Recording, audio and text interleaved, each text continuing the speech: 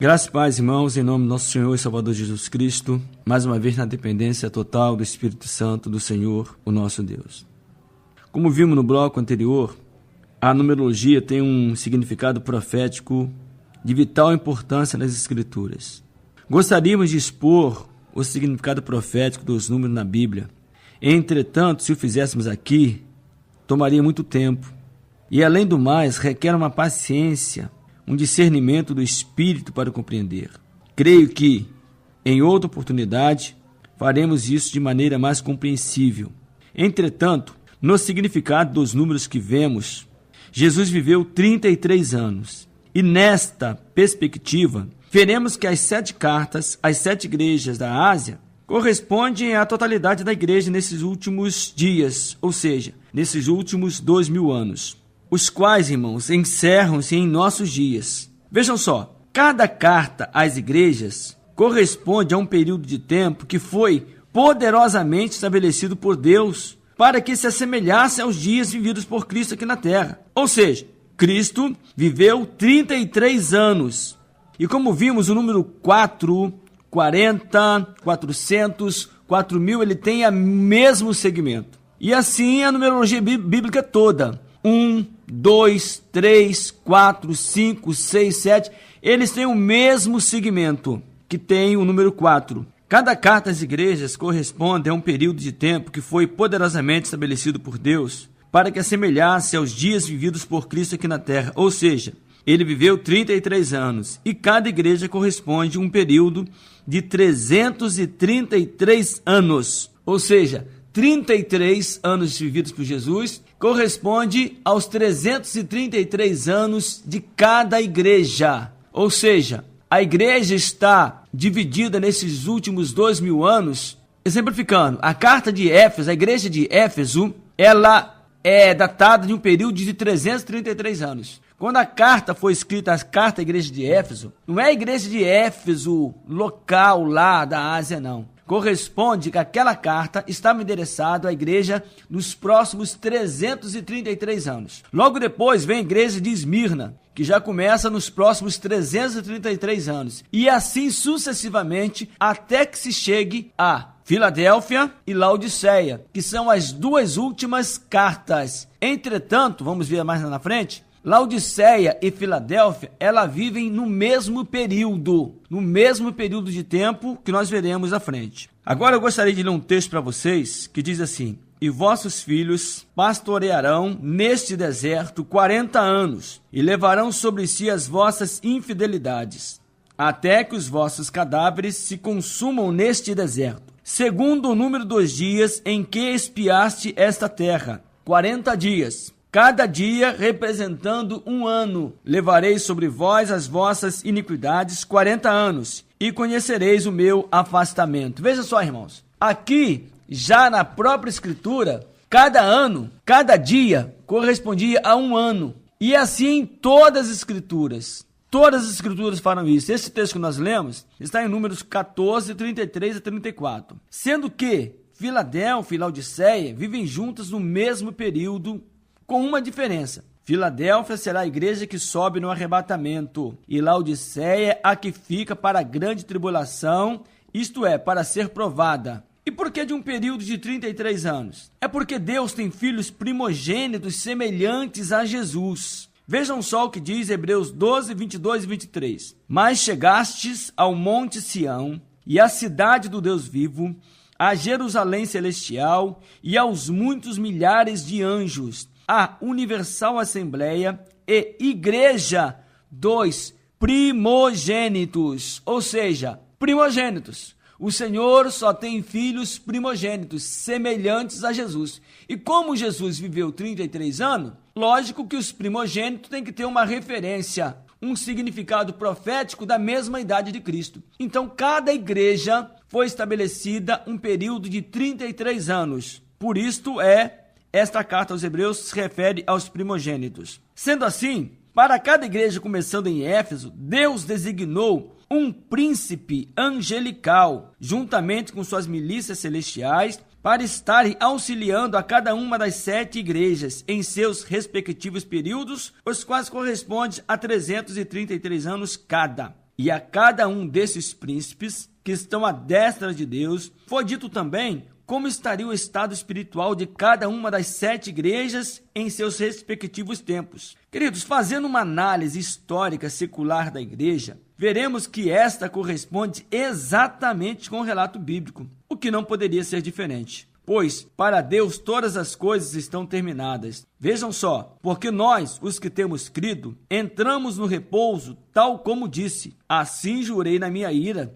que não entrarão no meu repouso, embora as suas obras estivessem acabadas desde a fundação do mundo. Hebreus 4:3. Ou seja, para Deus todas as coisas foram terminadas, todas as coisas estão acabadas. E isto também nós vemos lá em Isaías 46, 9 e 10, que lemos: Lembrai-vos das coisas passadas desde a antiguidade, que eu sou Deus e não há outro Deus, não há outro semelhante a mim, que anuncia o fim desde o princípio e desde a antiguidade as coisas que ainda não sucederam. Que digo, o meu conselho será firme e farei toda a minha vontade. Meus queridos, para Deus, todas as coisas estão terminadas. Ou será que nós não conseguimos imaginar que Deus já viu todas as coisas? Você acha que Deus não sabe o dia da sua morte? Você acha que Deus não sabe como você vai morrer? É claro que sabe. Tanto que o Apocalipse é um livro das revelações que Jesus Cristo deu aos seus servos e revelações futuras de coisas que não aconteceram ainda, mas que vão acontecer segundo o conselho de Deus. Ou seja, para Deus, todas as coisas estão acabadas. Para Deus, a sua vida já terminou. Por isso que o apóstolo diz, Pedro diz, nós fomos eleitos segundo a presciência de Deus, segundo o seu pré-conhecimento.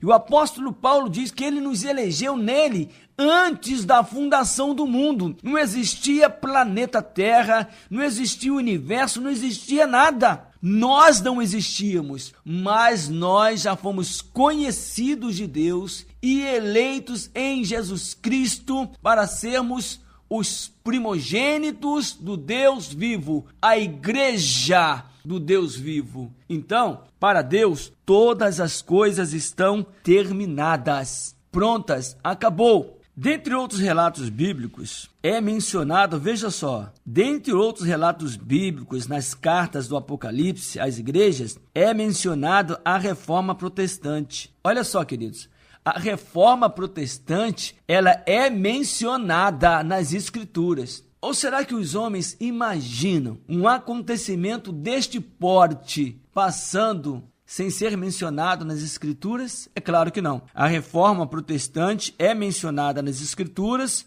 e isso veremos mais à frente quando falarmos a carta a qual se refere a Igreja da Reforma Protestante. Vamos então à primeira carta e aos primeiros 333 anos que corresponde a Éfeso. Sendo esta a primeira igreja e este o primeiro período de vida terrena desta, vejam só, Jesus declara que a partir daí ele estaria presente juntamente com os seus anjos, que não são pastores, em todos os tempos da igreja até o fim da sua peregrinação terrena. Como lemos agora, presta atenção. Escreve ao anjo da igreja de Éfeso. Isto diz aquele que tem na sua destra as 7 estrelas, que nós sabemos que são os 7 anjos, que andam no meio dos 7 castiçais de ouro, que são as igrejas. Apocalipse 2:1. Queridos, esta é a era apostólica da igreja primitiva. Esta teve um início de muita fé, trabalho, paciência e amor. Esta igreja sofreu perseguições com muita paciência e não negou o nome de Jesus.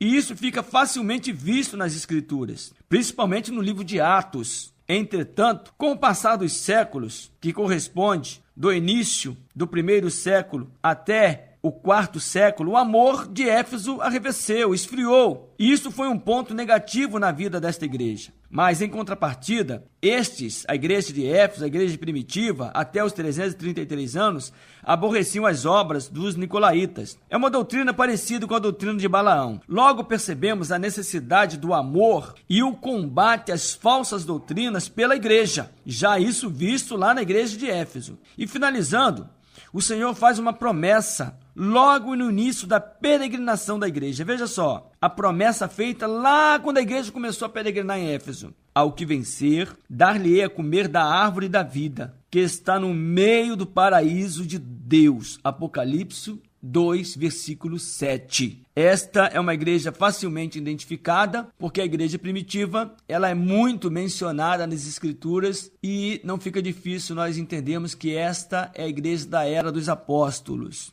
Agora nós vamos pegar a igreja de Esmirna. A igreja de Esmirna, ela começa, essa carta foi endereçada depois do ano 333. Ela narra a história da igreja, eu quero que vocês entendam isso, a partir do ano 333 depois de Cristo. Esta carta começa assim: a apresentação de Jesus a esta igreja, neste período, o qual corresponde ao princípio do 4º até o 7º século, é de fato trazer à memória e manter firme a doutrina na qual Cristo é o primeiro e o último, o que foi morto e reviveu. Apocalipse 2:8. Isto porque neste período surge uma prostituta, se dizendo a primeira, e tendo o primeiro Papa, conforme profecia acerca desta que diz: e vi uma das suas cabeças como ferida de morte, e a sua chaga mortal foi curada, e toda a terra se maravilhou após a besta. Apocalipse 13:13. E é por esse motivo que o Senhor faz esta apresentação inicial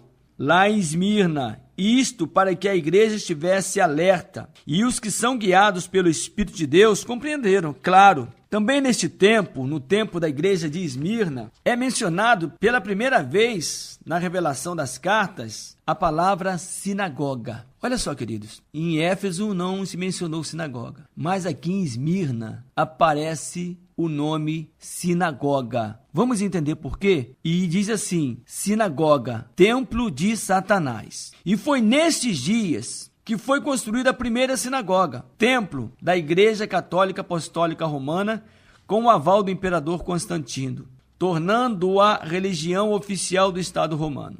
Com isso, foi oferecido aos sacerdotes vantagens políticas e financeiras, e muitos desses aceitaram toda essa praticidade disponibilizada e aderiram a esta nova igreja, pelo que diz a Escritura acerca destes: e é a blasfêmia dos que se dizem judeus e o não são, mas são a sinagoga de Satanás. Apocalipse 2:9. Queridos, a partir de então, a verdadeira igreja passou a ter mais dificuldades ainda, pois passaria a ser perseguida por dois inimigos, o Estado e a falsa igreja. Nós sabemos que quando o Senhor edificou a igreja, os imperadores começaram a perseguir a igreja. Os judeus mesmo começaram a perseguir a igreja. O apóstolo Paulo foi um que perseguiu muito a igreja e depois se converteu. E depois os governantes, os imperadores começaram a massacrar a igreja. E ela andou perseguida durante 333 anos pelo Estado romano. Agora, dentro da igreja de Esmirna, o imperador Constantino, assim, uma coisa maquiavélica, ele se diz que se converteu, sendo que nós temos que entender que esse homem nunca foi convertido ao cristianismo de verdade, nunca conheceu a Jesus, porque esse mesmo homem que se diz converteu, ele mandou matar a esposa e o filho primogênito. Então ele fez lá um pacto com alguns sacerdotes, com alguns do povo, e diz: olha, eu vou construir aqui um templo e vou tornar a religião cristã oficial do Estado. Queridos, é claro que a igreja de Jesus, os que conhecem, os que são cheios do Espírito Santo, não aceitou isso. E com isso o que aconteceu? Eles, antes que tinham o Estado perseguindo a igreja, agora passou a ter o Estado perseguindo a igreja e a igreja oficial do Estado também perseguindo a igreja. Presta atenção nisso aí. Vou ler de novo. E a blasfêmia dos que se dizem judeus e não são, mas são a sinagoga de Satanás. Apocalipse 2:9. Olha só, nós vamos ver mais à frente, mas todas as 3 vezes que se menciona sinagoga nas 7 cartas, jamais fala sinagoga de Deus. Sempre sinagoga de Satanás, templo de Satanás. A partir de então, a verdadeira igreja, como vimos, passou a ter mais dificuldades ainda, pois passaria agora a ser perseguida por 2 inimigos, o Estado e a falsa igreja. Neste período, a igreja se tornou mais atribulada e pobre. Aqui se faz menção, vejam só isso, aqui se faz menção do início de uma tribulação de 10 dias, com prisões e mortes, período este que historicamente corresponde a 1000 anos de perseguições. Novamente nós vimos a numerologia bíblica. Um ano é como 1000 anos. Um dia é como 1000 anos. Então, historicamente, começou a perseguição, prisão e mortes da falsa igreja sobre a verdadeira, a qual começou em Esmirna e terminou no século 17, com a prisão do Papa Pio VII por Napoleão Bonaparte. Porém, o Senhor encoraja a verdadeira igreja a permanecer fiel até a morte e dar-te-ei a coroa da vida. Finaliza dizendo que, em consequência desta fidelidade, esta não receberia o dano da segunda morte. Então, nós vimos aqui maravilhosamente narrado nas Escrituras o surgimento do primeiro templo consagrado a Satanás. E não sou eu que estou dizendo, são as Escrituras. Por isso vocês precisam entender, nós precisamos entender que não é entender só a numerologia bíblica, é que a numerologia bíblica bate com a história secular. Me diga aí, meus queridos, quando foi que surgiu o templo, a sinagoga católica? Não foi lá no 4º século? E aonde é mencionada a primeira sinagoga? Em Esmirna. Esmirna não faz parte do 4º século? Por isso, as Escrituras identificam na história secular e se torna cada vez mais, como não podia de ser, verídica. Vamos passar no outro bloco, a igreja de Pérgamo. Graça e paz.